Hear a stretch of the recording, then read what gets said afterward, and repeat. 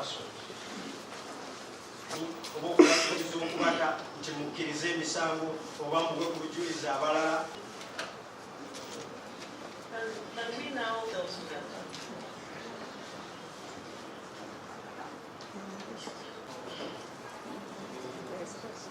Lawyer basalibwa bw'ayimise okutegeeza omulamuzi amutegeezezza ensonga ez'enjawulo, ensonga nga nnya z'amutegeezezza oba kkooti gy'atutegeezezza.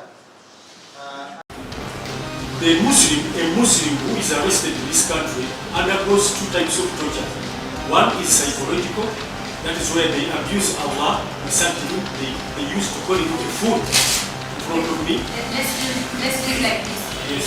I have started thinking that you had intended to raise that in the morning, but then I would advise that you do it through your lawyer, you write it, because even it's not the ruling, you could see that some of the complainants not benefit from that because there was no comprehensive compilation and follow-up that they had to get. So you would advise that you do that. Let your lawyer do it formally. And then you speak here. Otherwise, mine was to deliver the ruling and it is here and it is signed.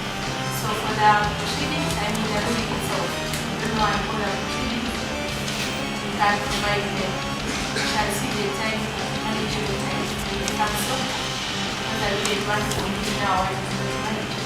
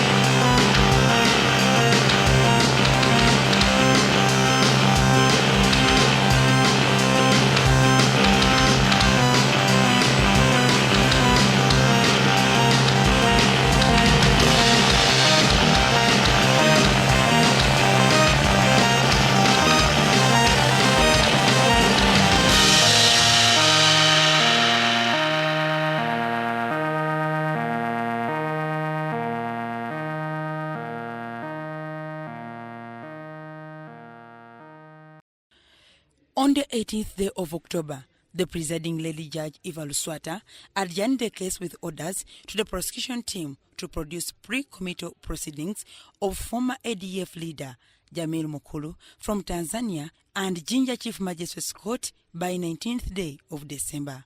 Leading the prosecution team, Senior Assistant Director of Public Prosecution John Baptist Asimwe informed the court that this was successfully executed, though requested for time to allow for preparation of an inventory of the documents. This was supported by the defense team that through Caleb Alaka requested for an earlier date but asked for production of Jamiru Mukulu's Tanzanian passport since it was one of the documents received.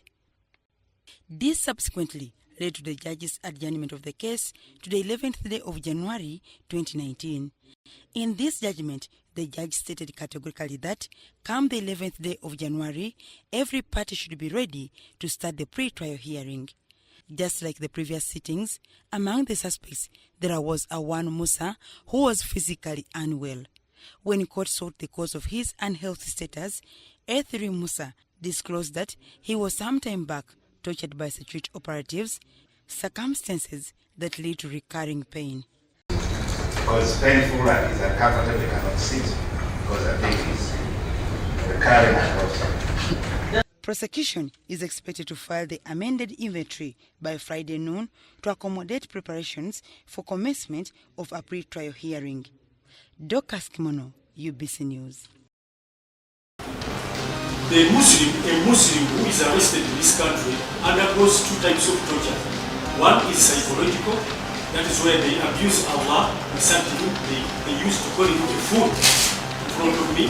Let's do it like this. Yes. I have started thinking that you had intended to raise that in the morning, but then I would advise that you do it through the lawyer, you write it, because even throughout the ruling, you could see that some of the complainants did not benefit from that because there was no comprehensive compilation and follow-up that they had.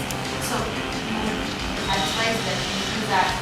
Let your lawyer do it formally, and then you speak here. Otherwise, mine was to deliver the ruling, and it is here and it is signed. So for the proceedings, I mean the ruling itself, you don't know and for the proceedings, you can provide them. You shall see the time, manageable time, to the council, because I will advance on you now.